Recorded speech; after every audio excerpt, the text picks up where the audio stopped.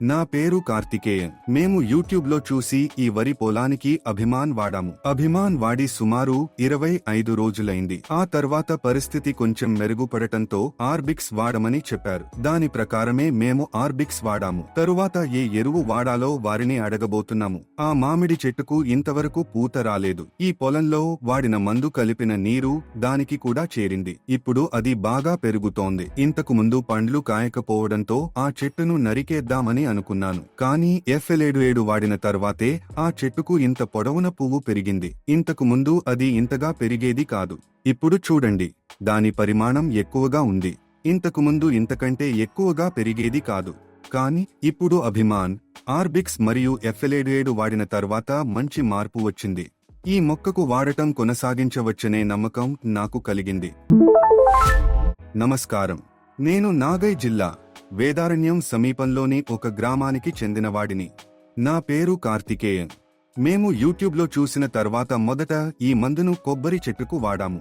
ఆ తర్వాత వరి పొలానికి కూడా అభిమాన్ వాడాము. వరి పంటకు ఒక్కో ట్యాంకుకు 300 మిల్లీలీటర్ల చొప్పున కలిపి 2 పొలాలకు కలిపి మొత్తం 6 ట్యాంకులు వాడాము. అది వాడిన తర్వాత సుమారు 20 రోజుల తర్వాత ఆర్బిక్స్ కూడా వాడాము. మేము అభిమాన్ వాడి సుమారు 25 రోజులు అయ్యింది. ఆ తర్వాత పరిస్థితి కొంచెం మెరుగుపడటంతో ఆర్బిక్స్ వాడమని చెప్పారు. మేము దాని ప్రకారమే వాడాము. తర్వాత ఏ ఎరువు వాడాలో మేము కూడా అడగబోతున్నాము.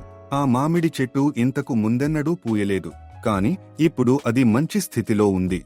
ఇంతకు ముందు నరికివేయాలనుకున్న చెట్టు ఇప్పుడు బతికింది. F7 వాడిన తర్వాతే ఆ చెట్టు ఎక్కువ కాలం బాగా పూసింది. ఇంతకు ముందు పూలు తక్కువగా పూసేవి. ఇప్పుడు మంచి పెరుగుదల ఉంది.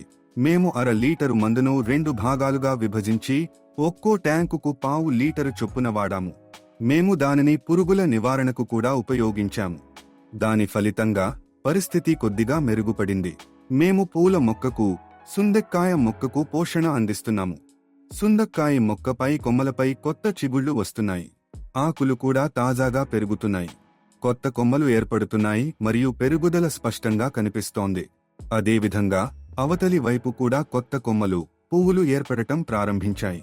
ఇవన్నీ ఇటీవల జరిగిన కొత్త పెరుగుదలలే. అభిమాన్, ఆర్బిక్స్ మరియు FL ఉపయోగించిన తర్వాత ఈ మార్పులు జరిగాయి. దీనివల్ల వాటిని వాడటం కొనసాగించడానికి నాకు నమ్మకం కలిగింది. అదేవిధంగా అక్కడ ఉన్న పసుపు బంతి పూల పంట కూడా ఇంతకు ముందు బాగా దెబ్బతింది. ఇప్పుడు అది నిలకడగా పెరుగుతోంది.